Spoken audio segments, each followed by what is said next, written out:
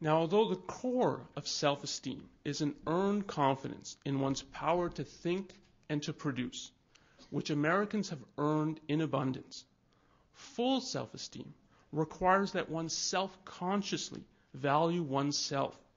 Full self-esteem requires that one know in explicit moral terms that one is good and why. This positive moral evaluation and self-evaluation, the Declaration of Independence does not fully provide, and the Founding Fathers could not provide. The European Enlightenment had promised to put morality on a rational, scientifically and mathematically precise foundation, but it could never deliver on its promise. And far too many of its intellectual leaders assumed that the content of morality would be essentially Christian morality, stripped of its mystical trappings and somehow defended by rational argument.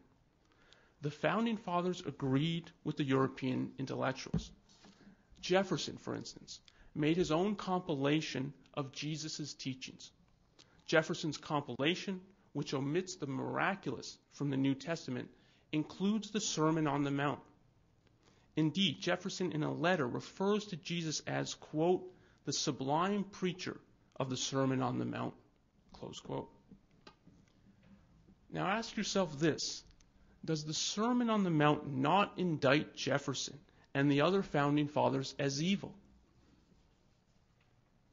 When the British struck America's right cheek, did Jefferson in the Declaration tell America to turn to offer them the left? Did Jefferson love his enemies, or did he go to war with them? Did Jefferson, who had a gallery of worthies in his home, portraits of men like Isaac Newton and John Locke, think that the blessed are the poor in spirit, or that the only people worthy of admiration are those who choose to make something of their spirit? Did Jefferson and the other Founding Fathers think that the meek shall inherit the earth, or that the rational and the industrious shall? Did Jefferson give up riches, or did he seek them? On every essential, the Founding Fathers did the opposite of what the sermon commands. And that's because the Sermon on the Mount is a declaration of war on self-esteem. It is a declaration of war on self-esteem. Anyone who has achieved anything and taken pride and joy in his accomplishments is condemned by Jesus. Woe unto you that are rich, for you have received your consolation. Woe unto you that are full, for ye shall hunger. Woe unto you that laugh now, for ye shall mourn and weep. Well, who then has a right to feel good about themselves, according to the sermon? The meek and the poor in spirit, which means those who have little cause to esteem themselves. So you can look at America's history this way. The Founding Fathers created a new form of government and thereby opened up a continent to their kind of men, men of self-esteem, individuals who were ready to drop their backward cultures and work for a better future, individuals who valued themselves so highly that they sought the best for themselves and in themselves by coming to America. But the Founding Fathers left these people unable fully to understand or appreciate their own greatness, open to every form of abuse, and vulnerable to every sort of moral denunciation. And the denunciation soon came. The new country had exploded into an orgy of productiveness. Most responsible for this prosperity were men who had never had a chance to exist before, capitalists and industrialists. Oil, steel, new financial instruments, railroads, these and other innovations, the Rockefellers, the Carnegies, the J.P. Morgans, and the Vanderbilts, brought into the New World and taught men how to value. For this, they were denounced as robber barons. In essence, it was Jesus' voice rising against them. Woe unto you that are rich, for ye shall suffer. Woe unto you that build railroads and oil derricks, for ye shall mourn and weep. And more than just moral denunciations came. If America was to be the land of the ideal, as the Founding Fathers had promised, and if the ideal is in fact that the meek and the poor in spirit shall inherit the earth, then America's government needed drastic overhaul. All the new government powers, the alphabet soup of regulatory agencies that Jefferson would have rebelled against, were justified by attacking the men of self-esteem in the name of the meek and the wretched. For instance, what is the moral justification for the FDA's existence? Rich, greedy drug companies, i.e., those who discover and manufacture life-saving compounds, will exploit and experiment on hapless patients, so the government must oversee the company's every move. Besides, how can the meek be served unless the government, through its process of approvals and rejections, favors the kind of drugs the meek need? And how can the poor in spirit achieve blessedness if in their mindlessness they pop some pill that they should have known might kill them? So to protect the blessed from their own irrationality, we need wise government officials to tell everyone what pills they may and may not swallow. Or what is the moral justification for the creation of Social Security? To quote from the administration's website in an article about the history of Social Security, it is, quote, the government's duty to provide for the welfare of the poor, close quote. If a person is too meek to provide for his old age, then those who are richer should be forced to provide for his retirement. If a person is too ignorant or irresponsible to save for his own retirement, if he is that poor in spirit, then the government must step in and, in his name, strip everyone of control over their retirement plans. Or what was the moral justification for the income tax ratified in 1913? Soak the rich. Now, to all of this, to whatever form the sacrifice of men of self-esteem to men without self-esteem takes, Ayn Rand in Atlas Shrugged says, no more.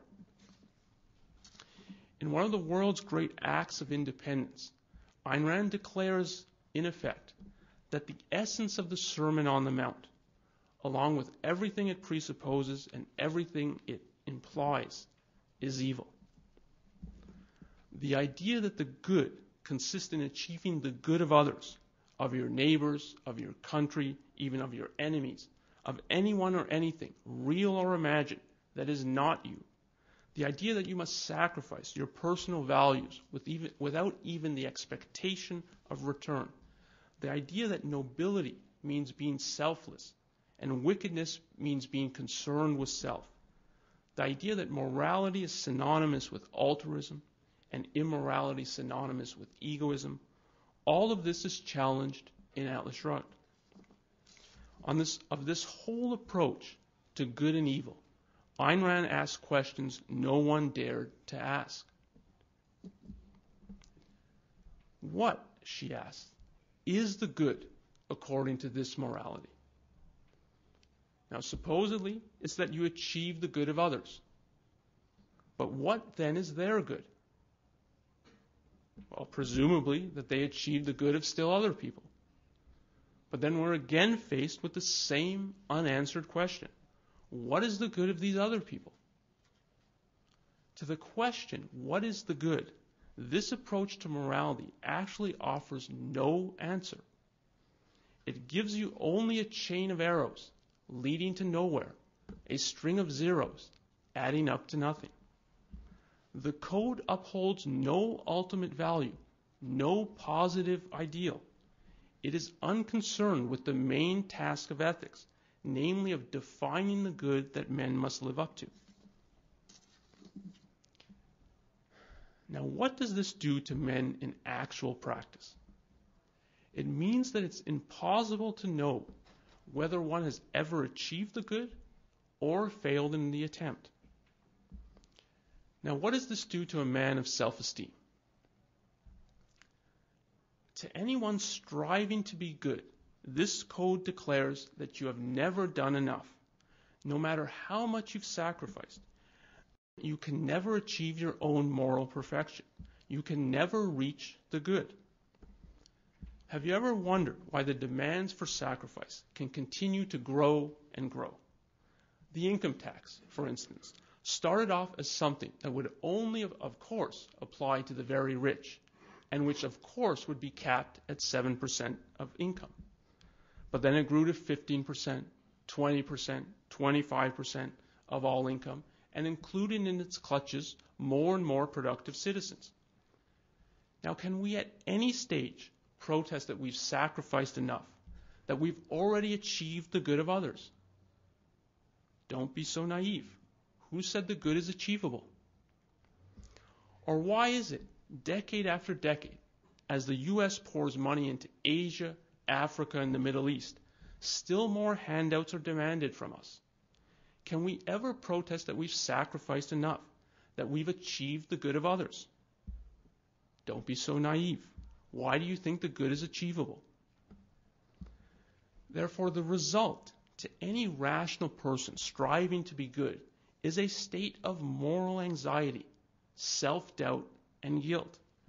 No matter how much he has sacrificed, the thought haunts him that he could have sacrificed still more. Most good people, therefore, stop trying to be 100% moral, and they thereby abandon the quest for self-esteem. Now, what of the scoundrels who are actually unconcerned with being moral? No matter the nature of their concrete actions or how dreadful the outcome so far, so long as their motive is not self-interest, anything is permitted to them. Whatever they do, they retain the halo of morality. Have you ever wondered why, when the so-called humanitarians at the UN produce debacle after debacle and corruption after corruption, their power and prestige only increase? Have you ever wondered why, when government program after government program leads to disaster, when Social Security undermines a person's retirement and public education undermines a child's mind, the power of these programs only increases? Have you ever wondered why, as individuals were murdered in the thousands and tens of thousands in communist Russia and China, onlookers in the East and West alike said, "Give them more time. They may eventually achieve the good of others"? Atlas Shrugged gives us the answer. Nothing can count as failure to achieve the good of others, because nothing counts as success.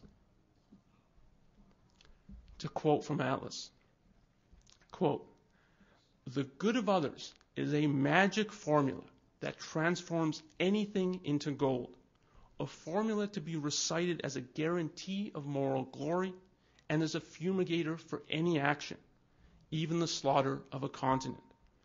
You need no proof, no reasons, no success. All you need to know is that your motive was the good of others, not your own.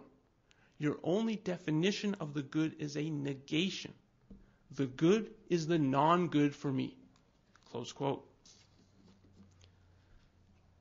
So what we have here is a negative morality. This code is unable to specify the nature of the good, but it does define in precise detail the nature of evil. To be concerned with advancing your own interests is evil. To escape evil, therefore, you must sacrifice your values. The concrete advice the code offers is sacrifice, sacrifice, and then sacrifice some more. This is the real focus of the code and why Ayn Rand names it the morality of sacrifice.